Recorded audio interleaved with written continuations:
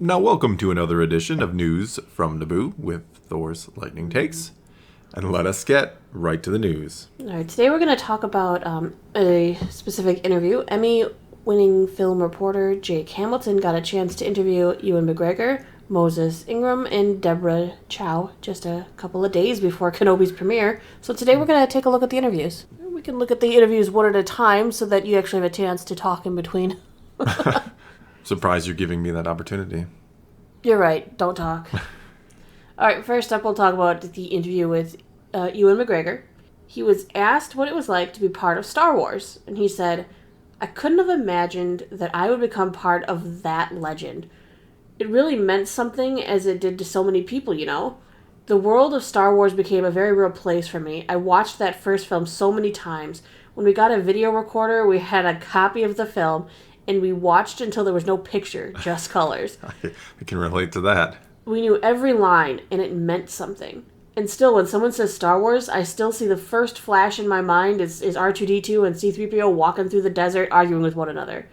There's just flashes of Carrie Fisher as Princess Leia, Chewbacca, Harrison Ford, Mark Hamill. I don't know. It's very alive for me. So to be a part of it is just insane." Then Ewan went on to explain the impact of Alec Guinness on his work. "I'm totally affected by him in everything I do.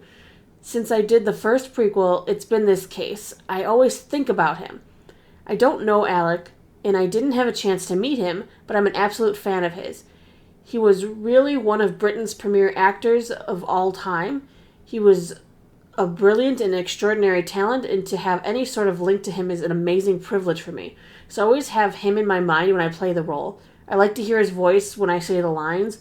In this one, I'm closer to him in age, so maybe I'm even able to borrow a few of the things that he does in A New Hope. You'll see." Well, first I can relate to the tape. I've said before in other videos, my copy of Return of the Jedi, my original VHS copy, there were points where it would just stop playing and I had to physically take the tape. And, tapes back in the day, for those too young to remember, you could take them out and you can kind of manually wind them a little bit. I'd have to do that just to get past the parts that just wouldn't play anymore, that would just kind of stop the VCR. Mm-hmm. So I can relate to that. But I mean, Alec Guinness, I think, being in the original Star Wars movie was important because he is an actor with a lot of, weight and gravitas. He was, by far the most well-known actor in those films. Well, him and Peter Cushing, of course. Mm-hmm. And so, they added something. He added a seriousness to those movies. And I think I've heard in interviews before with, Mark Hamill, how he talks about, him and Harrison Ford and Carrie Fisher were kind of joking around. And it was, oftentimes Alec Guinness who would kind of reel them back in and remind them, hey, we're making a movie here, take this seriously. Even though Alec Guinness is known to have not really taken Star Wars too seriously, if you've seen interviews with him.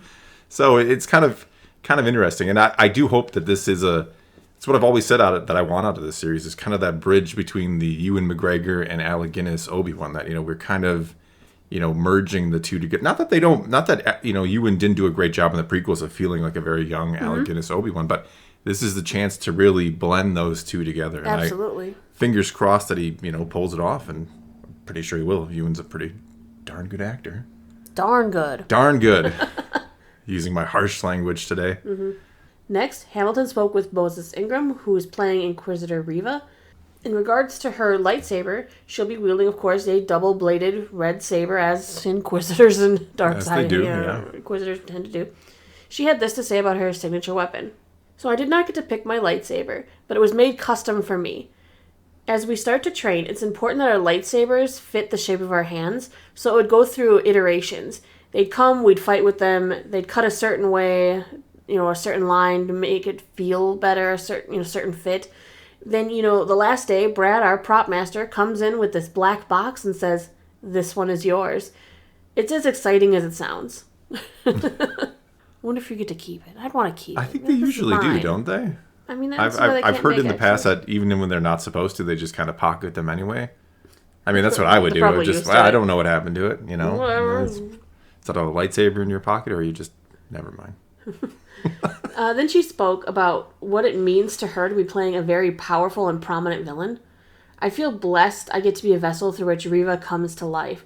And I know it's going to mean so much to so many girls that turn on the screen and see someone who looks just like them being powerful and dangerous. Yes, she's a villain, but I remember growing up and watching TV with my brothers, And they were like, no, that's for boys. You're not strong enough. But with this, it's like, you can fight like a girl and still be strong and dangerous. Lastly, she was asked about getting to keep her natural hair for the show. She says, it's so important. There are so many little girls out there from every race with kinky hair. A hair that does not get straight. Like yours.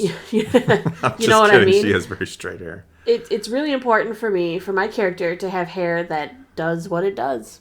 That's what my hair does. My hair does. Not that I'm trying to relate to that, No. but my hair just does what it does, especially in the summer with the humidity. It's crazy. So, in a Humidity weird is the sort of way, bane to every hair. in a weird sort of way, I can relate to that. But I mean, no, it's cool. It's cool to finally get I'm not counting Captain Phasma, I guess.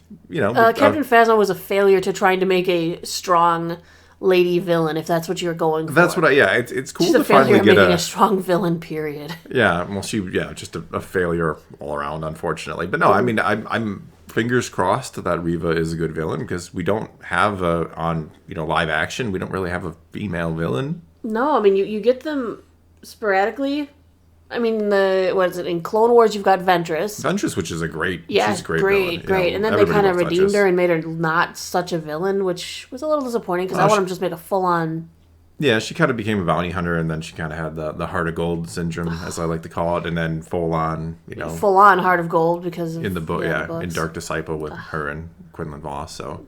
But I mean, that's usually the path villains take in Star Wars, right? They usually, unless you're Palpatine and some others, like, you usually have a good streak in you somewhere. Well, Maul didn't really have a good streak. There's a lot of them that Maul don't. was a Don't great get me villain wrong. who stayed a villain from front to end, to the bitter end, yeah. Whereas then you put in someone like Seventh Sister, where she was a villain from front to end, but it was hard to take her seriously. I mean, Ahsoka was like besting two of them at the same time, and... Well, that's the thing with Inquisitors. They're not really... I mean, there's a reason why they're Inquisitors and not like, taking... they're not like the secret Sith apprentice of Darth Vader or anything, because they're not there, right? Yeah, and so I still think Rebels did that backwards. They should have introduced us to the two of them first before bringing in the Grand Inquisitor and make him a real threat. Yeah, the Grand Inquisitor should be a match for a Jedi Knight, but clearly the other Inquisitors weren't much of a match for Ahsoka in Rebels. She kind of laughed like, "I got this guy. You can run off. I'm going to handle both these and make them look goofy." So yeah. It was a cool characters.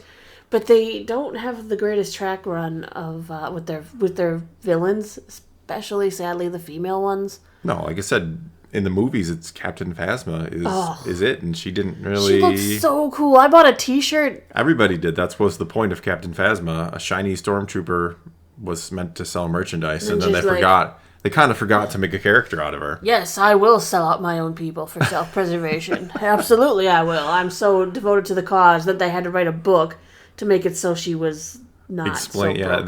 They literally wrote a novel to explain why she made the decision she did at the end of The Force Awakens to betray the First Order, which is a good book. That's the funny part. No, the book is good, and then the comic they did too. The comic kind of, but the book really goes into her character and why she would do that. Good. But again, it's an after the fact thing, right? With everything they tried to do with the sequels was always like, oh well, after the fact we'll tell you why this is. It never gets set up to explain it, but whatever. All right, well, let's move on to the final interview. Lastly, Hamilton spoke with, of course, series director Deborah Chow. First up, she was asked about how much weight she gave to the fact that she was a woman directing in the Star Wars universe. I think for me, first and foremost, I've just focused on the work. Being a director and trying to be the best director I can, and I'm obviously not sitting there and thinking while I'm doing it too much about my gender or my ethnicity. When I came into the Star Wars galaxy, I came in through The Mandalorian, and it was a very diverse group, and we were very collaborative. So I felt like the right way from the get-go with me. But I think the biggest benefit of having different perspectives, like we did for The Mandalorian, is you get different points of view. You get people from different backgrounds, and it just makes it more interesting. She also speaks about the difference in directing The Mandalorian versus Obi-Wan Kenobi. I think the biggest difference is that in a lot of ways, there's more freedom. Because with The Mandalorian, nobody knows this character yet, but with a character like Obi-Wan, he's such a huge, iconic character, and we have a backstory that's huge. We know where he goes in the future, so it's a very different balance between the two. But hey, it's Obi-Wan. What does that last part mean? Well, it's an honor, it's still okay. It's Obi-Wan, but hey, it's Obi-Wan. That means we can still do fun stuff with him. No, it's exciting because yes, she is in a more rigid box. You know, there is a beginning and an end to this character that we have to get through. And a presumed middle. Most fans have kind of presumed what the middle of his story looks like, not leaving Tatooine, not facing Vader again. So doing both those things is kind of, I mean, we'll see how it gets handled. I've said before, I'm someone who doesn't think he would have left and someone who thinks he hasn't fought Vader, but I'm open to see what you do with it. Well, she's got so many interviews where she talks about trying to stay as true as possible to source material, to honoring the end of, episode 3 and the beginnings of episode 4. Yeah. So we'll see. We'll see. But overall, I mean, great answer. I appreciate, diversity, great thing, right? More people. It is. More people, more perspectives. I love absolutely no problem, but I always love when they hear that kind of answer where it's like, well, it's not about who I am, it's about what I'm doing, right? It doesn't matter that I'm a woman or that I'm Asian. I'm just here to make the best Star Wars I can. And so far, with The Mandalorian, she's proven she can do that. Her episodes of The Mandalorian, phenomenal, yeah. Episodes 3 and 7, I think, in season 1, both great episodes, right? So she's got a great track record. It doesn't have to be because she's a woman, right? It can just be because she's great talented at what she does, right? Yeah. And I liked her answer to that. That's not what most people think about forefront of every moment of every day. It goes, because I'm this. This is how my day goes. Yeah, I like that she kind of... just go about your day. Yeah, I like that she just kind of downplays it. Like, I'm just here to do a job, and I think people think I'm doing it well, and so far you have. And if you nail Kenobi, like, you're going to be huge. Legend. You're going to be... No, you really will be. Legend. I mean, if this series turns out to be fantastic, it doesn't matter who she is. She's going to be a legend in Star Wars, right? Mm-hmm. People will applaud her and love her work, and it doesn't matter if she said all the right things. No, agreed. That, that's what she is, but that doesn't influence, that isn't the main drive of what she does. Yeah, she also recognizes that different perspectives from diversity, that's what diversity is. That's what it offers. Yeah.